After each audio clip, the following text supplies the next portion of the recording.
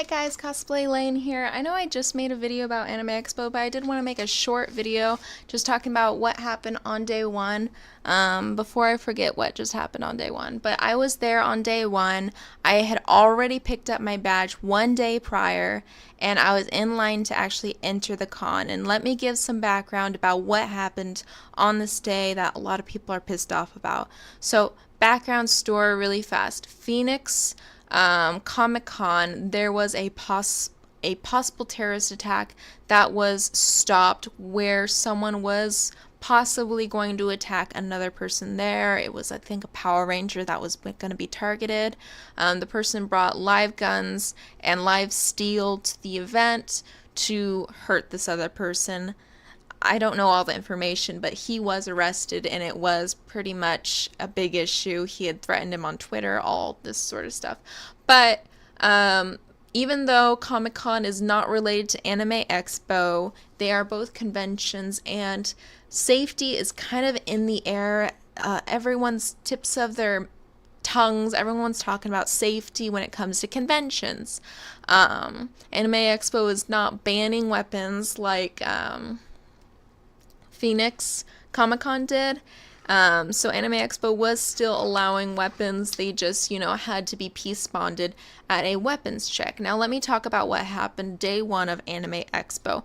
This is not day zero, so this is April 1st, Saturday, the first official day of the con. There was a day zero where events were happening, but we're not talking about that. We're talking about the event that happened on day one. I was there at 8 a.m. to enter the convention. I had my badge already, and there were at least 500 to 600 people in front of me, and even more behind me. It was a massive amount of people. There was a weapons check booth directly next to us. This is the main doors of the convention I'm trying to talk about here. Main doors of the convention center. And then off to the side, way back around the building, is badge pickup. So there wasn't a lot of information given where badge pickup was and where the lines start and ended. Because of this, there was a lot of confusion, and a massive amount of people did not know where to go. Now, the biggest issue is badge pickup. I'm going to talk about that in a second, but when I got into line at 8 a.m., a lot of people did not have badges, and they're like, we were told to stand in line here. Other people were told that this was the weapons check line. A lot of people were standing in line for the weapons check that were not actually meaning to, and they mean to get badges, and they mean to get inside the convention, but volunteers were not really around, and the volunteers that were around and were asked weren't really helpful, and they were kind of confused about what was happening as well. There was not a lot of signage, and because of the massive amount of people, signs that were posted below waist level were illegible because people were standing in front of them, and they had to, because that's where the lines were, I guess. I mean, it was kind of hard to see where lines were. It was just a massive cloud of people. So I stood in line at 8 a.m. to 10 a.m. And there was about 8 doors into the convention center, and each door had a metal detector and one person checking bags. So as you go up, they check your bag, you go in. Go up, check their bag, go in. And there was one massive line, and then the 8 people, and then there's lines coming out from the 8 people.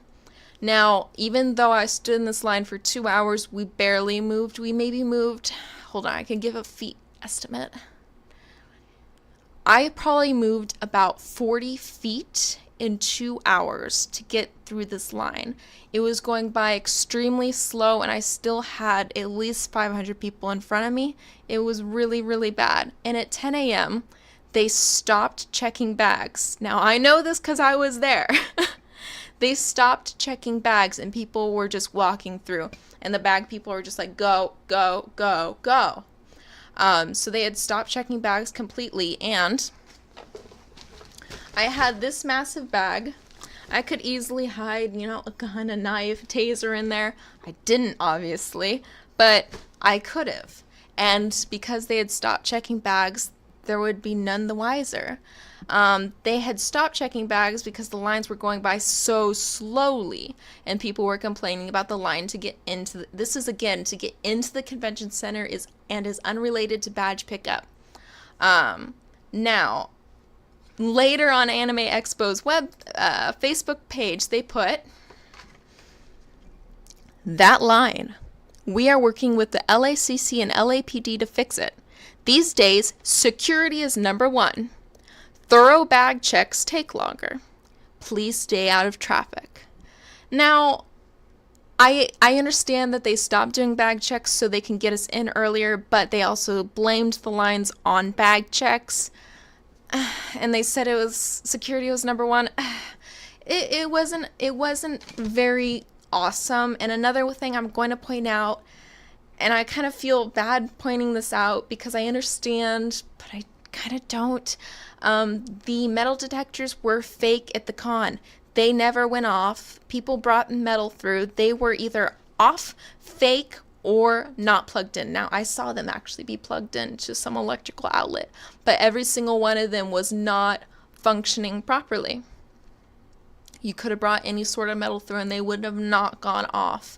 And other people had noticed this too and posted online. They say they don't work. Why do they have them if they don't work? So they were just for show.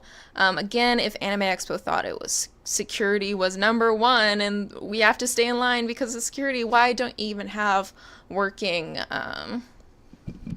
metal detectors, and why did you stop bag check at 10 a.m. on day one? But again, I understand why they did that, because people are standing in line for 2+ hours to get into the convention center. So that was an issue. That was an issue on its own, and that right now hasn't really been resolved. There hasn't been given a lot of information about how they're going to fix that for next year. However, I'm going to talk about part 2 here, which has been fixed for next year. This part has been fixed for next year.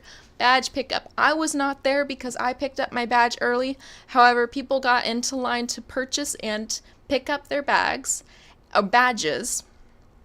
and the line took 4 to 6 hours for people, and people were unable to enter the convention center and get what they wanted because exhibitors hall and events were closing after they had already gotten their badges. And Anime Expo did mention that they were going to be giving out refunds for a short amount of time if you gave them their info.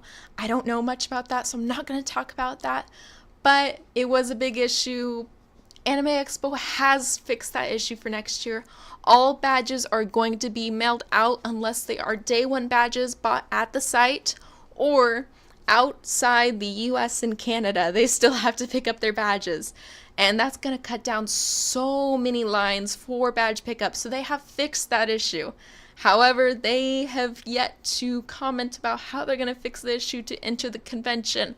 One thing they did attempt to do to make traffic better on day 2 was they moved the shuttle pickups, the buses, pickup and drop-off area from inside the convention to Pico Street, which a lot of people were confused about because they said here, stay out of traffic.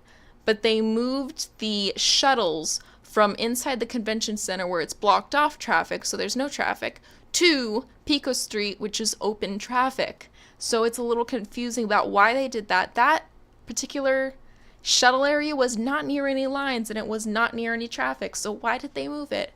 No one really knows, unfortunately. It was somewhat closer to the autograph line, so that might have been inhibiting the autograph line. I'm not sure. I don't think it really could have, personally, but it maybe, I don't know. I didn't stand in the autograph line, so I don't know much about that. But yeah, that's what happened at Linecon Anime Expo. They have fixed the badge pickup thing. I don't know how they're going to fix with the entering the con issue and still keeping security. Personally, I feel standing in line is to be expected. I don't think it should be as long as it was. However, I don't want people to be able to bring bags in with knives and guns without any metal detector or bag checker to make sure that it doesn't have that in there. That being said, every other time that I went through those doors, So they stopped checking bags 10 a.m. on day 1. When I walked through the doors later on day 1, they were checking bags. Walked through the doors later on day 2, they were checking bags.